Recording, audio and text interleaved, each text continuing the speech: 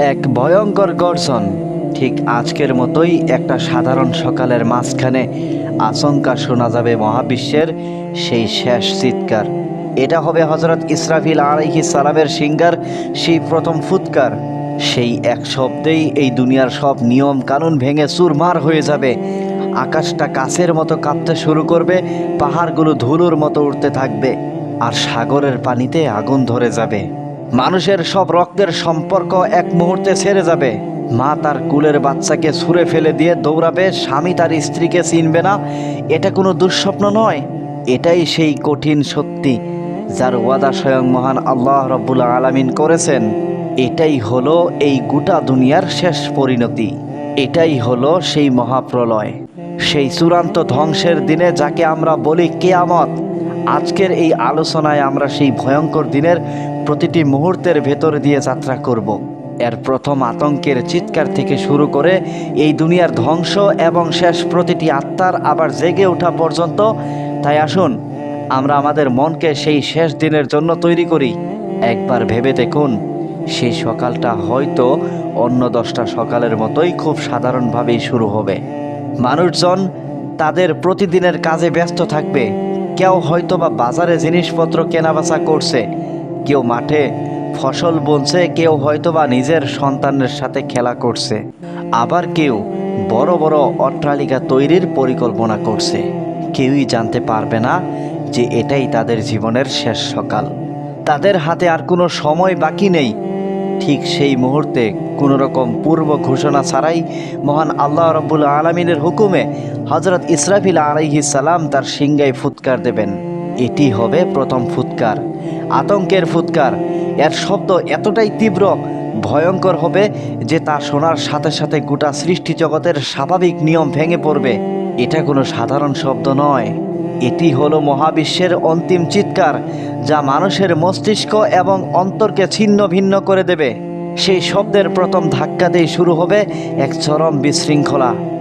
এখানে স্থির হওয়ার বা চিন্তা করার কোনো সুযোগই থাকবে না। যে মা তার সন্তানকে পরম আদরে কুলে নিয়ে বসেছিল, সেই ভয়ঙ্কর শব্দে তার হাত থেকে অবুঝ শিশু ছিটকে মাটিতে পড়ে যাবে। মা সেদিকে ফিরেও তাকাবে না।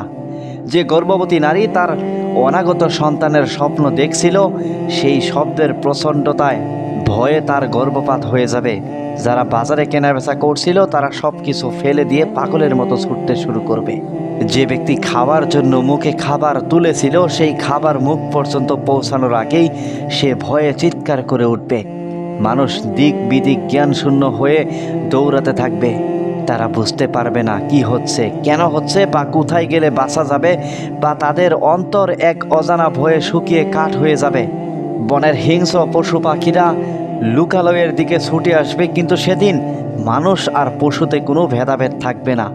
বাঘ আর হরিণ একসাথে দৌড়াতে থাকবে, কিন্তু কেউ কাউকে আক্রমণ করবে না, কারণ সবার মনে থাকবে শুধু একটাই ভয়, সেই মহাপ্রলয়ের ভয়। তারা আকাশের দিকে তাকাবে, দেখবে বিশাল আকাশটা কাছের মতো কাঁপছে, এর রং বদলে যাচ্ছে এবং মনে হবে যেন আকাশটা যে কোনো মুহূর্তে তাদের মাথার উপরে ভেঙে পড়বে। তারা পাহাড়ের দিকে তাকাবে, দেখবে দৈত্যকার পাহাড়গুলো নিজের জায়গা থেকে সরে গিয়ে একে অপরের সাথে বাড়ি খাচ্ছে, একদম গুরু গুরু হয়ে যাবে। ঠিক যেন ধুলোর মেঘ পৃথিবীর বুকে, আর কোনো পাহাড়ের অস্তিত্ব থাকবে না। সমুদ্রের পানিগুলো সব উত্তাল হয়ে উঠবে, সব বাধা ছাপিয়ে যাবে এবং সেই পানির মধ্যেই আগুন ধরে যাবে। একবার ভেবে দেখুন তো, পানি আর আগুন একসাথে মিশে কি ভয়ঙ্কর এক দৃশ্য তৈরি হবে। পৃথিবীর সব সাগর মহাসাগর যেন এক জ্বলন্ত অগ্নিশিখায় পরিণত হবে। যখন মানুষ ভয়ে আর আতঙ্কে প্রায় মৃতপ্রায়, ঠিক তখনই দেওয়া হবে দ্বিতীয় ফুৎকার, আর সেটা হলো মৃত্যুর ফুৎকার। এই ফুৎকারের শব্দ প্রথমটির চেয়েও অনেক অনেক বেশি শক্তিশালী এবং চূড়ান্ত হবে। এটি কোনো আতঙ্কের শব্দ নয়, এটি হলো মৃত্যুর গর্জন, এটি হলো মৃত্যুর ফুৎকার। এই শব্দ শোনার সাথে সাথেই সব শেষ হয়ে যাবে।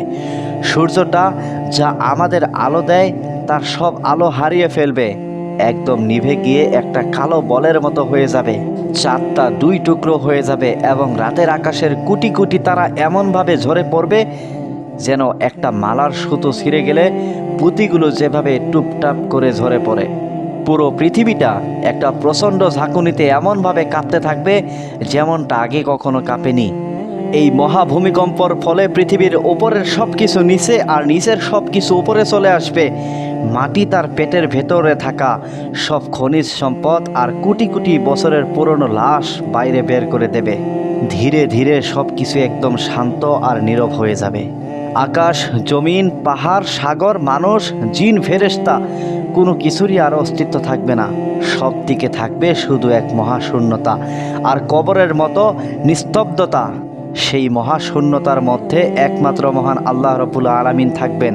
তিনি সেদিন ঘোষণা করবেন, আজ রাজত্ব কার? কে আছো আমার সাথে মোকাবেলা করার জন্য? যদি আমার সাথে মোকাবিলা করতে চাও আসো। কিন্তু কেউ সাড়া দেবে না। সেদিন উত্তর দেওয়ার মতো কেউ আর বেঁচে থাকবে না।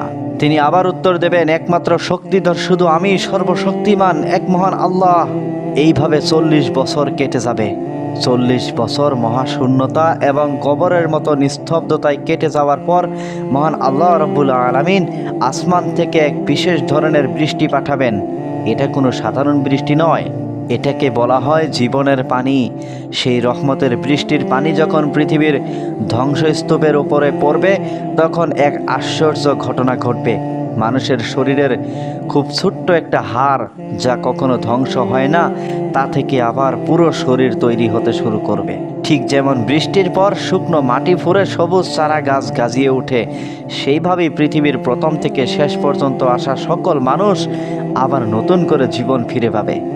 যখন সবার শরীর তৈরি হয়ে যাবে কিন্তু তাতে কোনো প্রাণ থাকবে না, তখন সেই মহাশূন্যতার পর আল্লাহ রাব্বুল আলামিন তার অসীম কুদরতে সর্বপ্রথম একজনকে জীবিত করবেন। তিনি আর কেউ নন, তিনি হলেন হযরত ইসরাফিল আলাইহিস সালাম, যিনি দ্বিতীয় ফুৎকার দেওয়ার পর অন্য সবার মতোই মৃত্যুবরণ করেছিলেন। মহান আল্লাহ রাব্বুল আলামিন তার রূহকে ফিরিয়ে দেবেন এবং তার হাতে তুলে দেবেন সেই সিংহা লাস্ট বারের মতো ফুৎকার দেওয়ার জন্য। এরপর মহান আল্লাহ রাব্বুল আলামিনের হুকুমে হযরত ইসরাফিল আলাইহিস সালাম তার সিংহায় তৃতীয় এবং শেষ ফুৎকার দেবেন। এটি হলো পুনরুত্থানের ফুৎকার। এই ফুৎকারের শব্দ মৃত্যুর মতো ভয়ঙ্কর হবে না, বরং এটি হবে এক আহ্বানের শব্দ, এক জাগরণের শব্দ। এই ফুৎকার দেওয়ার সাথে সাথে পৃথিবীর প্রথম মানুষ আদম আলাইহিস সালাম থেকে শুরু করে শেষ মানুষটি পর্যন্ত সবার দেহে তাদের আত্মা ফিরে আসবে। কোটি কোটি বছর ধরে কবরে বা যেখানেই তারা ঘুমিয়েছিল সেখান থেকে এক বিকট শব্দে তাদের ঘুম ভেঙে যাবে এবং তারা নিজ নিজ স্থান থেকে জীবিত হয়ে উঠে দাঁড়াবে। তারা উঠবে খালি পায়ে, খালি গায়ে, খুব অসহায় আর অবাক হয়ে ঘুম থেকে উঠে তাদের প্রথম কথাই হবে, হায়, কে আমাদের এই ঘুমের জায়গা থেকে উঠালো? তখন ফেরেশতারা উত্তর দেবেন, এটাই তো সেই দিন যার ওয়াদা পরম করুণাময় মহান আল্লাহ রাব্বুল আলামিন করেছিলেন। আর নবীরা যা বলেছিলেন তার সবই সত্য ছিল।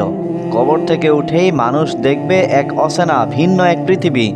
কোনো পাহাড় নেই, কোনো সাগর নেই, কোনো গাছপালা নেই।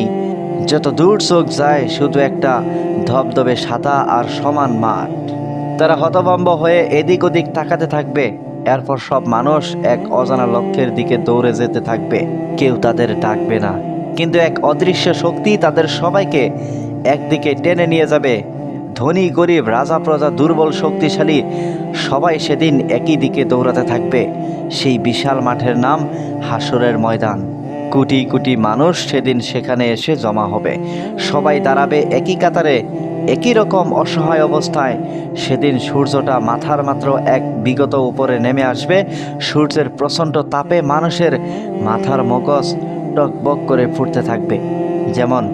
এমনভাবে চুলার উপরে পাত্রে পানি ফুটে, সূর্যের গরমে শরীর থেকে ঘাম ঝরতে থাকবে।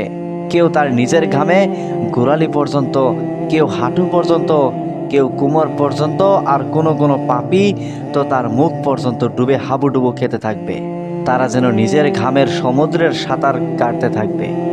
সেদিন পালানোর কোনো জায়গা থাকবে না, কোনো ছায়া থাকবে না। সেদিন শুধু মহান আল্লাহ রাব্বুল আলামিনের আরশের ছায়া ছাড়া।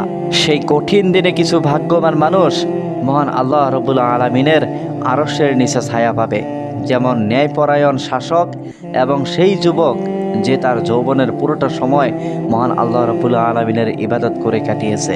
লক্ষ লক্ষ বছর ধরে মানুষ সেই হাসরের ময়দানে অসহায়ের মতো দাঁড়িয়ে থাকবে তাদের চূড়ান্ত হিসাবের অপেক্ষায়। ক্ষুধা, তৃষ্ণা আর আতঙ্কে তাদের প্রাণ প্রায় যায় যায় অবস্থা হবে। সেদিন মানুষ এতটাই স্বার্থপর হয়ে যাবে যে তারা একে অপরের শত্রু হয়ে যাবে। বাবা তার সন্তানকে দেখে পালিয়ে যাবে, সন্তান তার মাকে দেখে পালিয়ে যাবে, ভাই তার ভাইকে চিনবে না। প্রত্যেকে শুধু আমার কি হবে, আমার কি হবে বলে চিৎকার করতে থাকবে। এই দীর্ঘ আর অসহ্য অপেক্ষার পর মানুষ আর সহ্য না করে সুপারিশের জন্য নবীদের কাছে দৌড়ে যাবে, যেন মহান আল্লাহ রাব্বুল আলামিন তাদের এই কষ্টকর অপেক্ষা থেকে মুক্তি দিয়ে বিচার কাজ শুরু করেন। আর এইভাবেই শুরু হবে কিয়ামতের পরের অধ্যায়, চূড়ান্ত হিসাব এবং অনন্ত জীবনের ফয়সালা।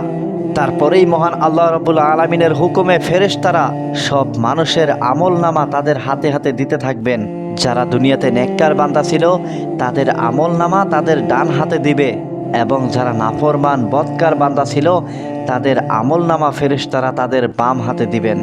এবং সবাই তাদের আমলনামা তাদের হাতে হাতে পেয়ে যাওয়ার পর তাদের আমলনামা মিজানের পাল্লায় ঝুঁকা হবে। তাদের গুনাহের কাজগুলো মিজানের পাল্লায় ঝুঁকা হবে। একদিকে থাকবে আমলনামা, একদিকে থাকবে তাদের গুনাহগুলো। যদি কারো আমলনামা ভালো হয় তাহলে তার শেষ ঠিকানা হবে জান্নাত, আর যদি তার গুনাহের পাল্লা ভারী হয় তাহলে তার অনন্ত জীবনের ঠিকানা হবে জাহান্নাম। এরপরেই আসবে পুলসিরাতের পুল। একদিকে থাকবে মানুষ, মাঝখানে পুলসিরাতের পুল, পুলসিরাতের ওই পাশে থাকবে জান্নাত। জান্নাতে যেতে গেলে অবশ্যই পুলসিরাতের পুল অতিক্রম করে যেতে হবে। যারা নেককার বান্দা, যারা ইমানদার বান্দা, তারা চোখের পলকে বাতাসের গতিতে এভাবেই পুলসিরাতের পুল পার হতে থাকবেন। যারা বদকার পাপী বান্দা তারা সেই পুল থেকে জাহান্নামে পড়ে যাবেন। আর এইভাবেই শুরু হবে জান্নাত ও জাহান্নামীদের পরের অধ্যায়। কেউ কেউ অনন্ত জীবনের জন্য জান্নাত উপভোগ করবে, কেউ কেউ অনন্ত জীবনের জন্য জাহান্নাম উপভোগ করবে। প্রিয় বন্ধুগণ, এই ভিডিওটা যদি ভালো লেগে থাকে তাহলে অবশ্যই ভিডিওটিতে লাইক করবেন, সাবস্ক্রাইব করবেন এবং কমেন্ট করুন। আর বন্ধুদের সাথে শেয়ার করতে ভুলবেন না। সবাই ভালো থাকবেন, সুস্থ থাকবেন। আল্লাহ হাফেজ।